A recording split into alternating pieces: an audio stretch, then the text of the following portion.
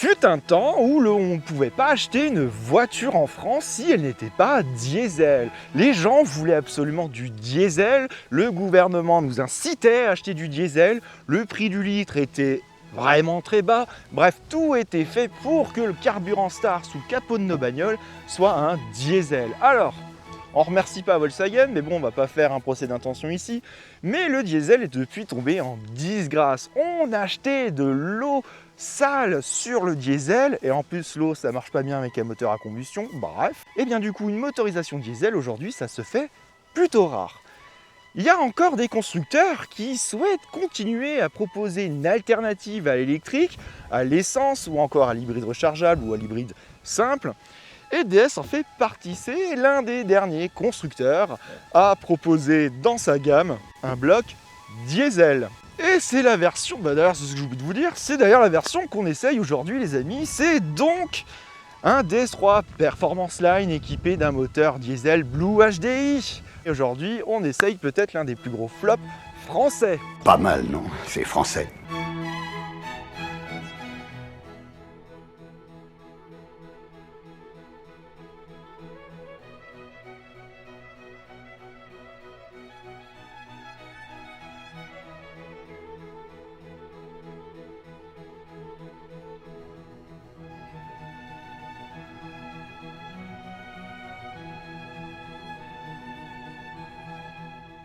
Bon, je vais pas vous faire tout l'historique de la DS3 qui est apparu en 2009, qui a eu son succès, ça c'est certain, et qui, une fois l'indépendance de DS par rapport à Citroën, est devenue DS automobile. Sentant plutôt le filon du SUV, DS a investi le DS3, qui est devenu Crossback entre temps, en petit SUV du segment B. Alors, bon, il y a trois catégories de personnes avec le DS3 pour moi. Il y a ceux qui adorent ce petit SUV.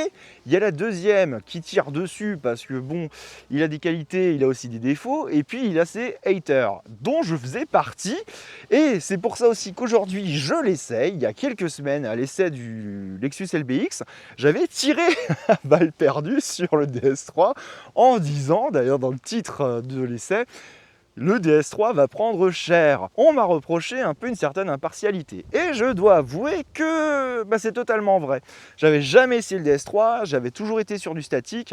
Et pour moi, le DS3, c'était pas gagné quoi. Déjà, il y a ce regard très particulier sur la face avant. Et puis, il y a l'intérieur. Et que finalement, je me suis peut-être trompé. Depuis 2019, le DS3 est devenu un SUV. Et les critiques n'ont pas tardé à tomber dessus en lui reprochant une esthétique assez particulière. Alors, on va pas revenir sur la phase 1 qui pour moi est très clairement discutable, autant la phase 2, elle corrige des grosses erreurs de design. Déjà, on retrouve une calandre inspirée de la DS4 qui est beaucoup plus droite et beaucoup moins arrondie que la précédente. On retrouve ce design un peu point guilloché, la montre, bracelet de montre qu'ils avaient fait, enfin ces points, je sais plus comment ça s'appelle, bref.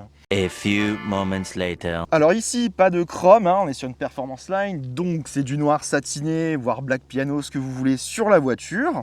On retrouve aussi, évidemment, les fameux DS Wings, qui sont ici aussi peints en noir, et qui font le lien entre la prise d'air et le bloc optique. Alors, ça par contre, je regrette avec le restylage, les feux n'ont pas été retouchés. Alors c'est un clin d'œil à la première DS3, on reconnaît un peu dans la forme, mais alors cette descente ici, je la trouve vraiment particulière. C'est voilà, le feu, on dirait qu'il est un peu séparé en deux, je sais pas ce qu'ils ont voulu faire.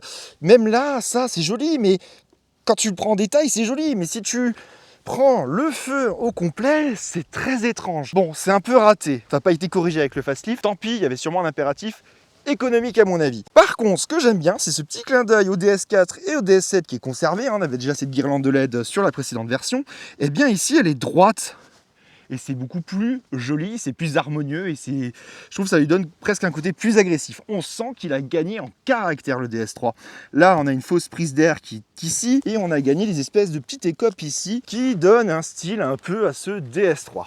Pour reconnaître que nous sommes sur un DS3 Performance Line, on a un petit logo noir, rouge, blanc et doré qui nous rappelle le côté sportif. Alors là, c'est mort parce que je suis en diesel et que le diesel, c'est pas sportif. Désolé, non, toujours pas. On retrouve aussi ces deux lignes sur le capot qui nous rappellent DS7 et DS9. Par rapport à la phase 1, je trouve que cette phase 2 est beaucoup plus agréable à regarder et c'est un plaisir. Je sais pas ce que vous en pensez, hein, n'hésitez pas à me dire en commentaire, mais je trouve que DS a enfin fait quelque chose de bien, parce que déjà quand j'ai essayé la DS4, moi j'ai adoré la DS4 de toute façon depuis son lancement. Je trouve que la DS4 est l'une des plus belles berlines compactes qui est actuellement sur le marché, et le DS3 en reprend un peu le look et c'est tant mieux, c'est tout ce qu'on vous demandait. Du côté du profil, pas de changement, hein. On est sur un statu quo avec le DS3. On retrouve toujours, et ça c'était l'une des grandes premières de ce DS3, des joints de vitrage qui sont dissimulés sous la carrosserie, l'adoption de poignées de porte rabattables, j'ai plus le mot, je m'en fous.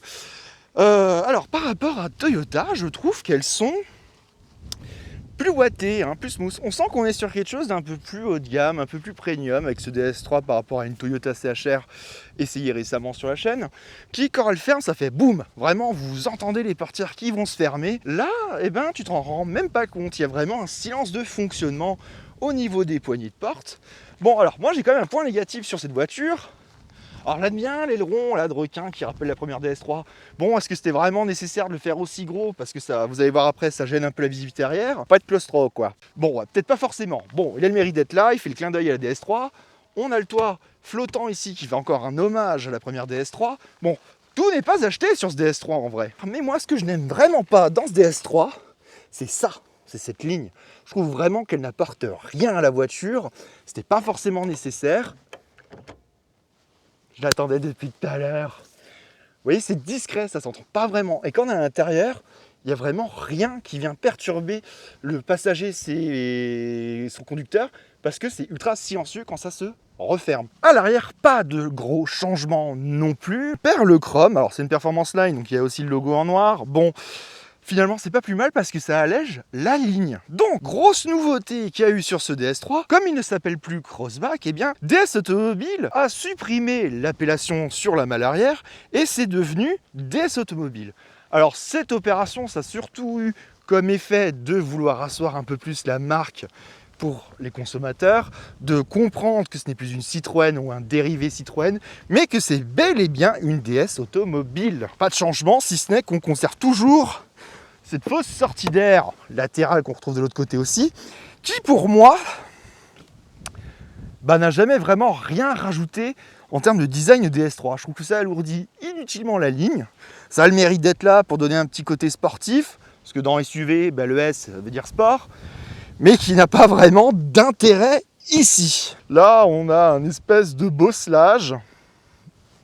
Voilà, qui se situe ici. Bon, bienvenue à bord de ce DS3 Facelift. Alors, cette Performance Line, elle nous offre une ambiance un peu sombre, un peu sportive. Donc déjà, on retrouve de l'Alcantara ici. Vraiment, niveau matériaux, on est plutôt pas mal, hein. On a des plastiques moussés. On a vraiment une ambiance très très sympa à bord. Alors, à bord de ce DS3, on retrouve quand même pas mal de plastique dur. Mais c'est pas une critique qui est fondée pour moi, parce qu'aujourd'hui, de nombreux constructeurs ont mis des plastiques durs un peu partout dans leur voiture pour faire des économies. Et ce DS3, il est quand même sympa, parce qu'on retrouve de l'Alcantara par ici. Là, du plastique moussé, les portières aussi. La console centrale est en plastique dur. Mais on a quand même des petits inserts en aluminium guillochés qui sont très sympas. On a le chargeur de téléphone ici, c'est ici que vous démarrez la voiture. Et donc c'est là où on va pouvoir enfin parler de ce tableau de bord. Parce que pourquoi? Moi, quand j'ai découvert la voiture en 2019, j'ai eu un gros problème. Je trouvais vraiment tous ces losanges incompréhensible sur cette bagnole. Et finalement, de la conduire, je me rends compte que c'était pas si mal finalement tous ces éléments-là. Parce que les touches déjà sont grosses, donc facilement accessibles. On a un côté semi-tactile. Donc en fait, c'est des touches, mais qui sont tactiles. On n'a pas de retour dit taptique, mais c'est quand même vachement bien foutu comme système. C'est vrai, franchement, il a des qualités, il a aussi des défauts, mais j'aime bien cette petite dalle. Et en fait, je me rends compte que j'ai oublié les clés dehors, dans mon sac, donc je vais chercher les clés et je vous montre ça tout de suite. A few moments later. Rebonjour, j'ai les clés. Alors, je vais pouvoir enclencher un peu la voiture au niveau de cet écran. Donc si j'aimais déjà pas cette partie-là, j'aimais encore moins cet écran. Je trouvais vraiment que l'écran faisait très très petit à bord de la voiture. Bon, ben finalement, je me rends compte que c'est pas si mal. Alors, il aurait quand même mérité 2-3 cm de plus en hauteur. J'aime bien l'effet un peu 16/9, mais il manquait un truc, voilà, il manque un peu de dimension. Alors moi, je vais passer aux qualités de la voiture. Donc déjà, j'aime bien un peu le clin d'œil au design de l'ancienne DS3 hein, qu'on retrouve ici. En fait, cette voiture fait plein de références à la première DS3. On retrouve aussi, et ça c'est chic à la française, messieurs, dames, les fameux aérateurs de type Avantime dans les portières. Ensuite, ce que j'aime bien, c'est le petit volant. Je trouve qu'il est quand même très très bien fichu, ce petit volant. Voilà, ça rend la voiture très dynamique sur la route, ça j'y reviendrai. J'aime bien aussi la console centrale avec le guillochage. C'est un peu clinquant, mais ça fonctionne et ça fait son petit effet. Finalement, j'aime bien cette partie-là. Bon, l'écran, je vais pas donner plus d'avis dessus. Mais alors, il a quand même des défauts, ce DS3. Et pour moi, il y a des trucs que je ne comprends pas dans la conception. Typiquement, les aérateurs. Gauche-droite, pas de souci. Mais on ne peut pas les tourner ou les monter. Ça, c'est un peu mon défaut. Et ce sera pareil pour ceux qui sont sur le côté, dans les portières. Ensuite, dans les trucs qui me paraissent pas logiques, dans la DS3, quand tu vends une voiture à plus de 40 000 €, pourquoi les sièges ne sont pas électriques? Et ça vaut pour DS, mais ça vaut pour d'autres constructeurs tout aussi haut de gamme qui ne l'intègrent pas forcément. Et je trouve ça un peu dommage. Et je pense que je vais terminer par les deux qui me paraissent les plus importants à bord de la voiture. C'est ce fameux petit compteur de, je crois, de mémoire 6 ou 7 pouces. Il est minuscule. Vraiment, pourquoi? Autant chez Toyota, je prends l'exemple de Toyota parce que vous savez, j'essaye quand même beaucoup de Toyota. L'écran est de 12,3 pouces, soit à peu près la taille de cet écran-là. Je crois même d'ailleurs qu'il est plus petit. Et ben cet écran minuscule, moi avec ma position de conduite, je me retrouve avec le haut de la jante qui cache le haut de l'écran. Donc il me mange une partie des indicateurs de vitesse et de certaines ADAS. Ensuite, dernier défaut, c'est le réglage des rétroviseurs où j'ai ultra galéré quand j'ai eu la voiture parce qu'ils sont cachés derrière sous un espèce de retour du tableau de bord et ça a été un peu la galère pour les régler. Pour le reste, le son, il est signifocal, il est exceptionnel. Le système Iris, là, qu'ils ont installé, le nouveau système est beaucoup plus fluide, vous voyez, il n'y a vraiment pas de souci et on retrouve tout ce qui en a besoin sur la voiture. Franchement, c'est ultra cool, mais ça a le mérite d'avoir été un vrai effort du constructeur. Bon, c'est sûr que c'est pas le système Renault, mais on a quand même un vrai effort. Il est beaucoup plus fluide, il est même plus fluide que sur la DS4, donc c'est vous dire comme quoi je trouve qu'il a vraiment évolué. Ah si, il y a un dernier point que je vous ai pas montré et que je trouve qui est quand même plutôt pas mal de la part de DS. Quand vous chargez votre téléphone, vous voyez, hop là, mon téléphone est en train de charger, j'ai un voyant qui m'en avertit s'il est bien placé ou pas, et donc je vois qu'il charge. Donc ça, j'ai trouvé ça plutôt pas mal. Vous l'aurez compris, l'un des gros points faibles du DS3, ce sont les places arrière. On est bien installé, effectivement, mais alors la vitre arrière, bon, avec sa forme, fait vraiment un peu meurtrière. On a quand même une bonne ouverture de porte qui est accessible facilement pour les enfants. Mais alors moi, à l'arrière, eh bien avec le siège pas réglé pour moi, du coup c'est l'autre. Bon, j'ai pas de place. Je voyagerai vraiment collé au siège. Alors, heureusement c'est creusé. J'ai une aumônière, j'ai quelques bacs de rangement. J'ai pas d'accès à la clim, mais je suis bien. Bon, c'est pas non plus le grand luxe, mais c'est suffisant pour faire quelques kilomètres avec quelqu'un à l'arrière. Bon, les poignées de porte sont bien placées, quoique un peu hautes. Bon, il y en a deux, donc pour les enfants c'est pratique. On a des speakers ici, des petites lumières pour chaque passager. Bon, je vais pas m'éterniser à l'arrière, on a des sièges isofixes. On n'a pas de quoi... Non, il n'y aura pas de trapaski et la coudoir. Bon, alors, attention, spectacle, je m'installe sur le siège passager. Bonne surprise pour le siège de l'ami que vous aimez pas. Hein. Il sera pas trop mal installé, il aura juste pas de place pour ses jambes et il va manger. Bon moi avec mon gabarit forcément, je mange sur le siège passager. Mais je suis pas mal, c'est confort. Mais du coup je voulais vous montrer parce que là j'ai le siège qui est réglé pour moi. Je filme vite fait à l'arrache, parce que je suis tout seul. Vous voyez, si je suis avec le siège réglé pour moi, eh bien j'ai de la place Et ouais, je fais une Marie-Antoinette, vous verrez pas ma tête. J'ai quand même de la place, hein, je retrouve encore une aumônière, mais j'ai de la place aux jambes. J'ai bien, je dirais bien 5 cm grâce au siège, au dossier creusé. Et je suis bien, honnêtement. Il pourrait y avoir un deuxième mois à l'avant que ça me dérangerait pas. Coffre, bon, est manuel, mais ça fonctionne. On aura un peu une marche pour accéder au coffre, hein, mais il est profond quand même. Je crois qu'on est aux alentours de 380 litres, hein, je vérifierai ça. Banquette de tiers 1 tiers, et sous le coffre, on a le système focal pour le son. Bref, un coffre qui est bien pour la vie de tous les jours.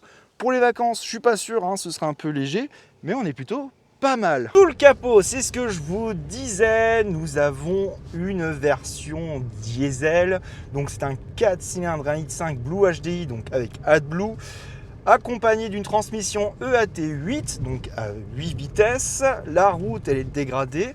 Je pense que vous le sentez. Voilà, donc je suis sur des petites routes de campagne, c'est vraiment des tout petits chemins, et je trouve le DS3 ultra confortable. Ça, on peut le dire tout de suite. Il y a un vrai travail de confort sur la voiture et de silence aussi. On entend très peu la route, les roulements.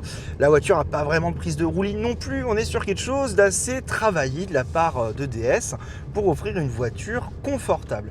Alors, moi, j'ai quand même un gros point faible et on va le dire tout de suite. Moi, j'ai jamais été diesel, mais alors je déteste ça. Comme tout jeune conducteur, j'ai eu une Clio 2 diesel, alors pas les DCI mais les RTE, vous voyez, ça remonte. Et c'est une voiture que je porte pas dans mon cœur, parce que ce bloc diesel, bon bah ça consommait que dalle, mais dès que je démarrais, tout le quartier était au courant que je partais, et c'était au niveau d'un tank, hein, on va pas se mentir. Il n'y a pas d'évolution quand même avec un moteur diesel, hein. On entend toujours le bruit. Alors au démarrage à froid, la voiture a quelques petites vibrations. Bon bah c'est propre au diesel, mais j'aurais espéré que ce soit un peu affiné de la part des ingénieurs de DS. Alors c'est pas le cas. La voiture, elle a un peu de tempérament sur la route. C'est qu'elle va être d'un côté très confortable, hein, sur autoroute, il n'y a aucun souci, la voiture elle est vraiment très à l'aise sur ces axes routiers là. Et elle va être aussi très dynamique dès qu'on la cherche un peu. On sent le toucher Peugeot. Il y a vraiment un toucher à la Peugeot là derrière. On est sur quelque chose qui arrive vraiment entre le dynamisme et le confort. Au niveau de la consommation, eh bien, on est un diesel, je suis désolé de vous le dire, c'est imbattable, hein. C'est quand même le point fort de cette motorisation. Oui, ça fait du bruit, oui, ça vibre. Sur autoroute, en partant de Poissy, la voiture m'indiquait 640 km d'autonomie. Une fois que je suis parti, que j'ai pris la route, mon autonomie a grimpé à 780 km. Je suis arrivé, c'est la première fois que je fais un essai avec une voiture en faisant le trajet jusqu'à Lyon, où la voiture a consommé 5,5 litres sur autoroute et que j'avais à peine consommé la moitié du plein. La voiture en ville fait aux alentours de 6 litres. 6,5 litres. Sur de l'extra-urbain, on est à peu près à la même chose, hein. On tourne entre 5,9 litres environ, c'est plutôt pas mal. La force du diesel, évidemment, la force tranquille. La combinaison EAT8 et le bloc diesel fonctionnent à merveille, vraiment. Et donc du coup, dans les points négatifs de cette combinaison, eh bien ça tient en quelques mots. C'est très souple, mais alors, vous voyez, elle est un peu lente. Le moteur, il met quelques secondes, et je pense que c'est pas la boîte qui fait ça, c'est vraiment le moteur, le côté couple du diesel, qui, vous voyez, le ralenti, il est long là, comme ça, un peu. Et du coup, je pense que le moteur manque un peu ce côté, vous voyez, sur une voiture essence, où ça part direct, quoi, c'est presque instantané. Là, eh ben, ça manque un peu de jus, ça manque un peu de patate. Enfin, ça met du temps, et sous 2000 tours, il est creux le moteur. Mais au-dessus de 2000 tours, c'est un moteur qui est frugal et qui fait le taf. En fait, le DS3, je suis un peu mi-figue, mi-raisin en fait avec. Autant je trouve qu'il y a des trucs où la voiture, elle est géniale. C'est un très très bon compromis. Et autant d'un côté, tu dis putain, mais les mecs, ça sautait quand même un peu aux yeux. C'était pas l'idée du siècle. Bon, c'est une très bonne surprise, le DS3. On est sur quelque chose de très agréable et j'ai vraiment envie d'engueuler DS Pourquoi vous n'êtes pas allé jusqu'au bout? Parce qu'on était vraiment à rien de la perfection avec cette voiture. On était proche du topissime. Il y a des défauts, certes, mais elle a quand même de nombreuses qualités. Je trouverais juste un peu un manque de mordant sur les freins. Je trouve que les freins manquent un peu d'accroche. Sinon, ce petit SUV DS3, moi je le trouve top, hein. Enfin, vraiment, voilà, je peux m'amuser. Là, je suis à 80 et pourtant, je m'amuse un peu, hein. Alors, certes, ce n'est pas une Swift Sport, certes, mais c'est quand même très amusant à mener et c'est quand même très confortable. Puis en attendant de passer à la conclusion, n'hésitez pas à vous abonner, hein. Merci. Il est désormais temps de conclure cette vidéo avec ce DS3 Performance Line avec son moteur diesel 1.5 130 chevaux EAT8. Je crois que j'ai tout dit. Ouh, je reprends ma respiration. Bon, vous l'aurez compris, la voiture, elle est entre mi-figue, mi-raisin. C'est une bonne voiture, c'est une excellente surprise même. Finalement, j'arrive pas trop à comprendre pourquoi on lui tire tous à boulet rouge dessus, parce qu'on est très loin de la bouse que j'imaginais. Je pensais vraiment que c'était une très mauvaise voiture, et pourtant, c'est une bonne surprise. Alors oui, c'est 50-50. Il y a autant de qualités que de défauts sur cette voiture. L'intérieur, c'est une bonne surprise parce que finalement, moi j'étais là à me dire, oh là là, c'est losange, machin, qu'est-ce que c'est chiant. Alors oui, ça paraît toujours un peu lourdingue, mais finalement, ça se montre quand même assez ergonomique et c'est plutôt pas mal. Le côté grosse touche, un peu tactile. Donc ce que je vous disais dans les défauts, ça va être un peu l'aération et ça va être ce petit compteur qui aurait besoin finalement d'un affichage tête haute. Bref, aux côtés de l'habitabilité, ce DS3 c'est une bonne surprise, merde. On a de la place, alors oui, vous ne serez pas comme d'un jet privé à l'arrière, hein, vous oubliez le côté, pour ça il y a la DS9 ou le DS7, mais il y a de la place, hein. On est juste un peu, voilà, il y a un peu ce côté engoncé, hein. Pas de claustro quoi. Aujourd'hui, le DS3, il est confronté donc au Q2 qui est aussi comme lui en fin de carrière, le Countryman, il a grossi, donc il n'est plus vraiment dans la même cible que le DS3, et donc on a le LBX. Les deux véhicules sont très proches, on est à peu près dans les mêmes tailles. Alors ce Blue HDI 130 est à peu près dans la même puissance que le LBX, alors qui est hybride, hein, parce qu'on attend toujours le 136 hybride, hein. Carlos, si tu m'entends, s'il te plaît, parce que la pauvre RP de DS a régulièrement des mails de moi en lui demandant quand ce putain de bloc hybride arrive chez DS. Parce que j'aime bien DS, j'aime bien cette marque. On a enfin un peu une marque haut de gamme. Alors oui, ils s'y prennent un peu, comme toujours, de travers dans leur communication. Les modèles, sont très clivants. On a voulu faire quelque chose de très précieux, un peu inspiré de la joaillerie, de la bagagerie, tout ce que vous voulez.